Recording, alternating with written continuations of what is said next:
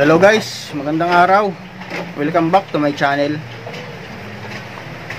So, mayroon akong i-share guys na i-repair natin. So, ano siya, 5 auto guys na concert. So, ayan siya guys, ito. So, alamin natin guys kung ano yung sira. Mayroon naman siyang power pero wala siyang sound. O, samahan nyo ko guys, i-repair natin, alamin natin yung sira. So, ayan, bago yun, intro muna tayo.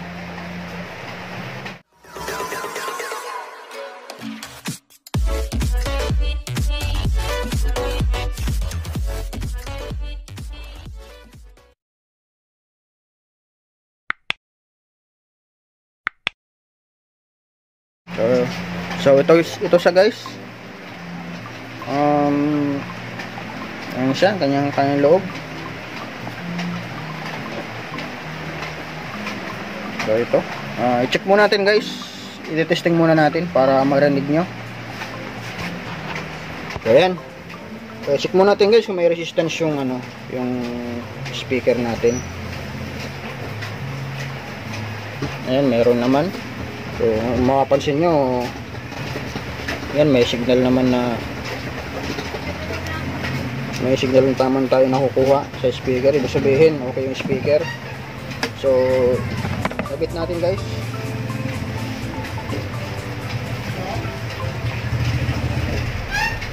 Dito muna tayo kumuha ng ground guys para tayo din tayo mag-select dun sa speaker select nya. So kabit natin sa right channel ng ito yung magiging player natin guys. So kinonect ko siya sa CD DVD. So siyempre tatapat natin yung selector switch ng CD DVD, tapos plug in natin, tapos power on. So yan, umiikot na guys yung kanyang fan. Tapos yan, may power na siya. So tinapat ko siya sa CD VCD, yung kanyang input selector. So yan, sound check natin. So yan guys, wala siyang music. Yan guys, since wala siyang sound, palagay ko magagamit na naman natin yung DIY na signal tracer natin na kung napansin nyo sa mga huli kong vlog ay ginamit din natin yon. At binunyag ko na yung kanyang sekreto guys sa DIY signal tracer ko. So kunin ko muna guys yung signal tracer, iti-trace natin kung saan nawawala ang signal. So hello, ayan guys, nakaset up na yung ating signal tracer. So check natin guys kung saan yung signal na nawawala, at para malaman natin kung saan nagkakaproblema, bakit walang sounds yung amplifier na to. So ayan, nag-input tayo dito na guys ng ng player. So gamit natin yung cellphone. Ayan. So umpisahan natin dito guys. Siyempre dito, try natin kung mayroon. At naka-plug in na yan guys. So try natin kung mayroon dito. Meron yung left and right input, meron. Tapos yung output guys dito sa switching IC na ito, yung audio switching IC, output dito na guys, dito na siya. And dito. So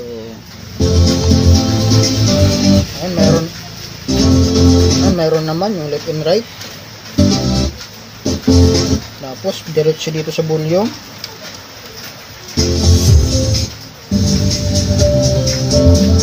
Meron naman. Tapos yung out dito sa panel na to guys, o sa board na ito, yung out niya nandito. So try natin, i-volume natin. Ayan, meron naman yung left channel, right. Ayan, okay naman guys, yung mapansin, nakakontrol naman siya. Tapos, papunta naman ito guys sa, sa tone control. Dito sa baba. Mapapansin nyo itong board na to guys, sa ilalim. So, yan yung tone control natin na kung saan nandyan yung bass, treble at saka yung middle, balance. So, since mayroon dito, dapat mayroon din yan doon sa kabila.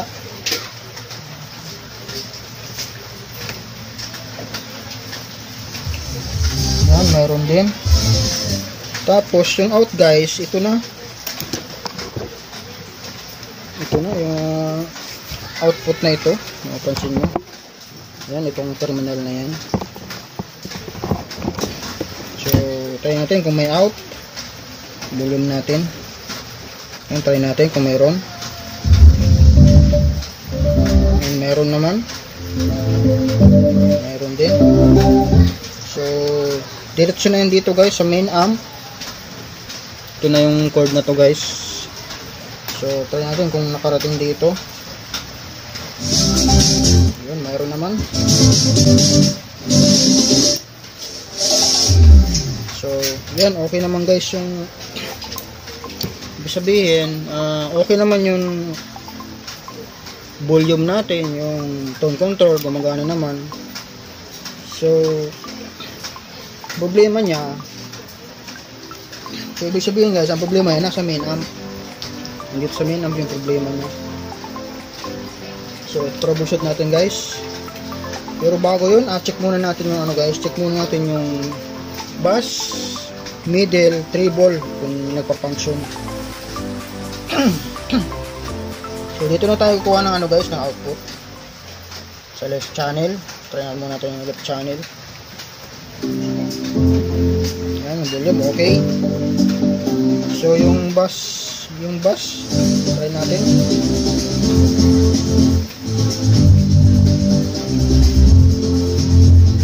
Ayan, okay naman. Yung middle.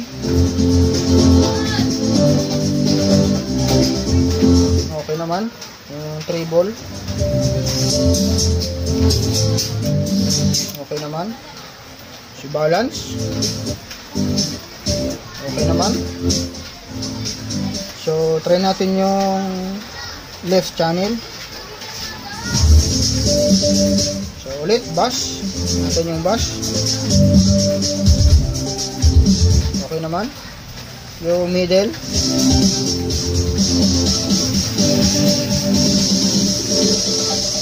Okay naman. Treble.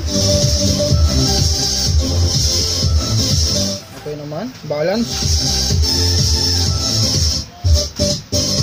Okay naman. So, okay naman guys, yung tone control natin gumagana naman.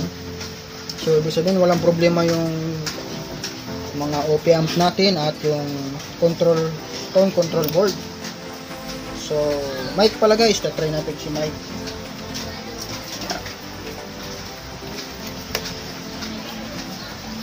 Try natin yung mic. So, siyempre, i-on natin yung karaoke.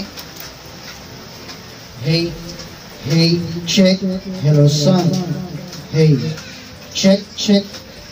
Praise sound, praise check. Testing, hey, check. Hey.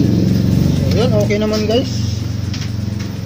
So, wala tayong problema dito sa mic at tone control board. So, ang problema natin ay dito sa main amp. So, yun, alamin natin guys kung bakit walang sounds. So, since nag-i-ano naman siya guys, nag-i-relay naman. Ayan, try na natin. Ayun, napapansin nyo guys, nag-i-click naman yung kanyang relay. Yun ang sunod natin gagawin guys. Voltage check muna tayo. Try natin yung supply ng main amp natin. Yung positive supply. So ayan, yan lang siya guys. Yan siya guys, nasa lang 3.8 volts lang guys ang kanyang supply. So grabing baba niyan guys, hindi talaga siya magsa-sounds niyan. At subukan natin ulit yung negative supply. So yun, ganun din guys, nasa halos 3.2 volts lang. So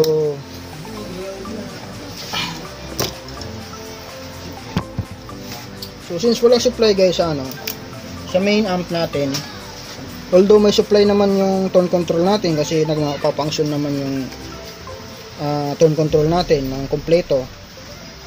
So ang main amp ay walang supply, kaya hindi siya process yung kanyang amplifier o yung main amp para mapalakas na yung signal. So since okay naman yung input signal niya, check natin kanina, may input signal naman dito, yung out ang wala. Ibig sabihin nasa mainboard yung guys, yung trouble natin. So bago yun, check muna nga natin yung guys, ito yung output ng transformer. So check natin kung mayroon yung output, kasi minsan guys nag-open ito, kaya naman sira yung secondary ng transformer. Ilan na rin yung na trouble ko nito guys, na gano'n ang problema niya. So check na natin. So ipa-plug in natin at susukatan natin dito kung may out. So yan, tingin na lang kayo sa tester guys. Ayun si tester. So nag-range tayo ng 50 volts this AC.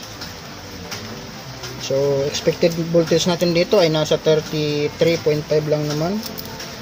So ayan, nag-range tayo ng 50 volts at pa-plug in natin. Ayan, power on.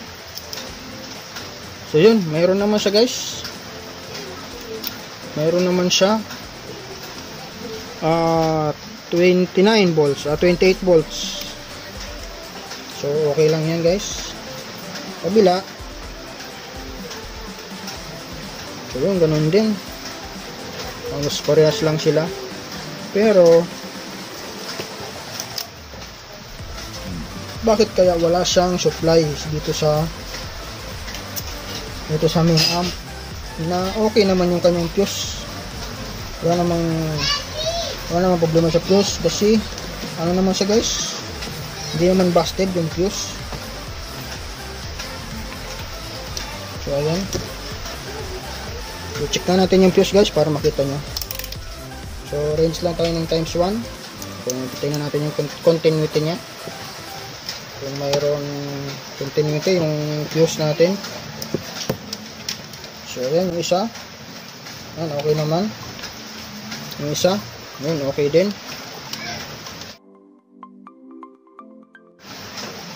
Check na natin guys na naka-load o nakasaksak yung terminal na ito punta sa mainboard, at susukatan natin kung mayroon siya. So pa-plug in natin at mag-range tayo na 50 volts AC. Ayan. Ayan, power on. So ayan, check natin yung AC voltage nya. Ayun, wala guys, halos drop siya. Ayun, kabila wala rin. So ayan, busted siya guys. Almost lang, nasa 3 volts lang yung kanyang AC kapag nakasaksak sa board. Ayan, pero pag inangat natin, ayun, lumalakas, abnormal. Pero pagka naka-load siya guys, nakasalpak sa board niya o sa mainboard, ay nawawala. Ayan, ulitin natin. Yun, bumababa guys pagka kapagka nakasaksak. Pero pag inangat natin, ayan, kakaroon. So pag sinaksak, wala. Pag inangat, mayroon. So ayan, may problema yung ano guys. Sa tingin nyo saan kaya naging problema, o saan kaya mayroong problema, bakit ganun? So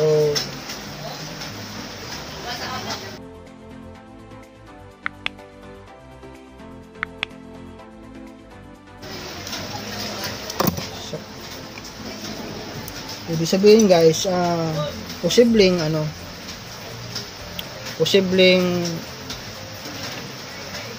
may problema yung transformer, yung secondary ng transformer, yung supply ng main amp ito. So dahil nagda-drop siya guys, nagda-drop pagka nakasaksak o naka-load siya, posibleng may open yung niya, yung secondary winding ng ating transformer. So guys, muna natin, iakalisin ko muna ito, tapos i-check natin kung ano naging problema.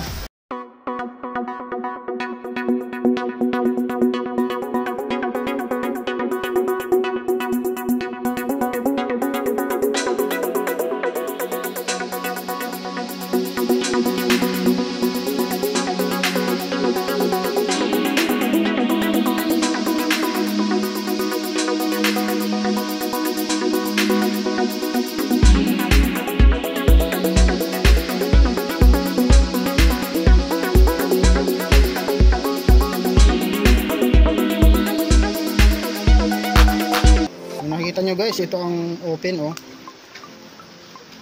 yan, wala siyang continuity. Yung kabila meron naman, ayan, meron naman guys yung kabila absent, yan, wala siya. So ibig sabihin open yung winding nito guys, yung isang linya, secondary nya. Check na natin ulit guys. So parang mayroon lang siyang loss connection. So check na natin ulit dito. Ayun, nagkaroon na guys, nagkaroon na yung kabila.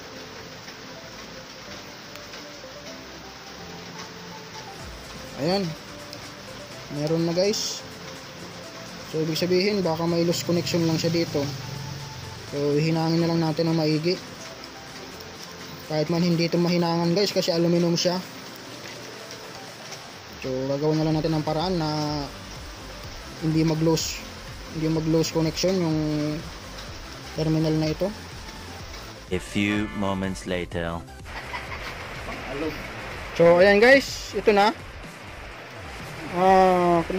Nag-contact pa naman na binago ko yung hinang niya, saka pinulupot ko ng maigi yung ground niya, kasi dito siya nagluloko, dito nawawala yung connection niya or naglo-lose dito.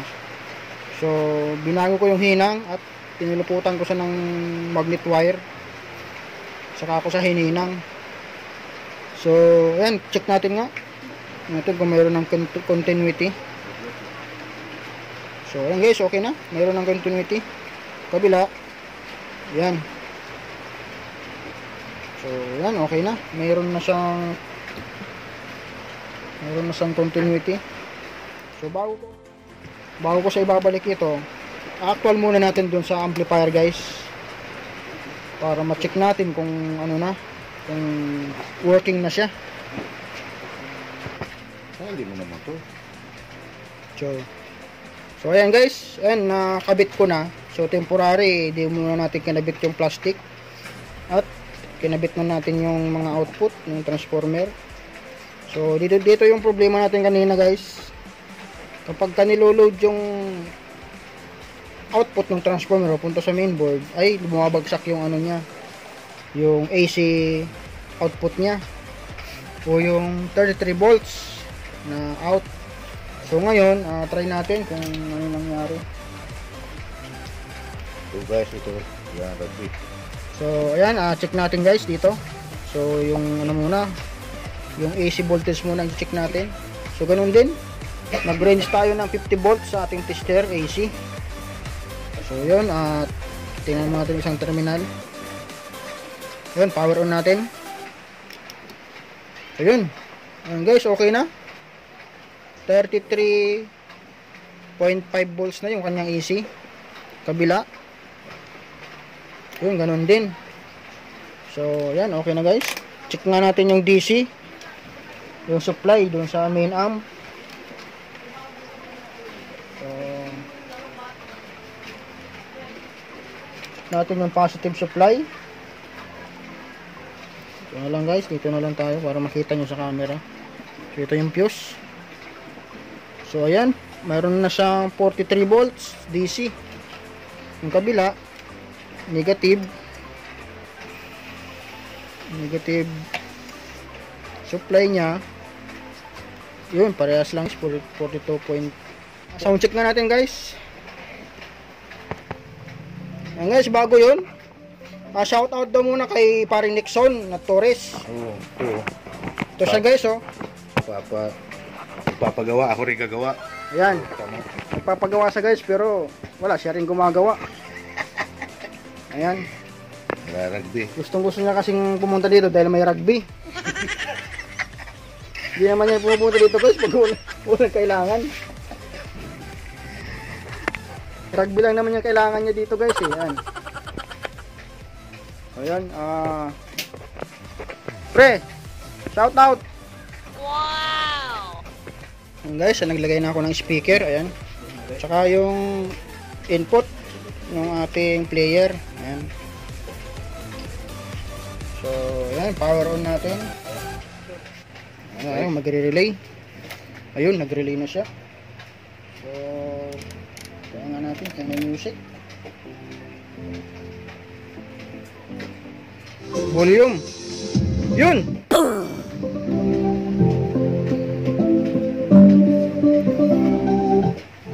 So yun, na ano pa guys, sumobra pa yung ating ano, transformer. So yun, check nga natin yung kabilang channel. Yung right. So okay na yung left channel. Try natin yung right channel.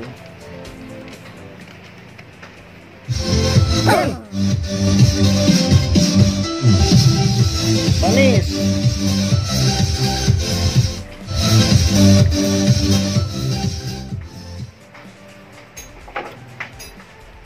So yun guys, okay na. Kabalik na lang natin yung tape. Tapos yun, saka natin ipifix. So at least gumana pa yung transformer. So ayun guys, kung mayroon kayong natutunan sa aking ginawang video, at sana mayroon kayong natutunan. So subaybayan nyo lang guys yung aking mga tutorial video. So marami kayong makukuhang mga tips, idea, or mga technique sa aking mga ginagawang video. So yun, kung hindi pa kayo nakapag-subscribe guys, ay bahala na kayo guys kung mag-subscribe kayo. So at i-share nyo guys para makatulong tayo sa iba. At salamat.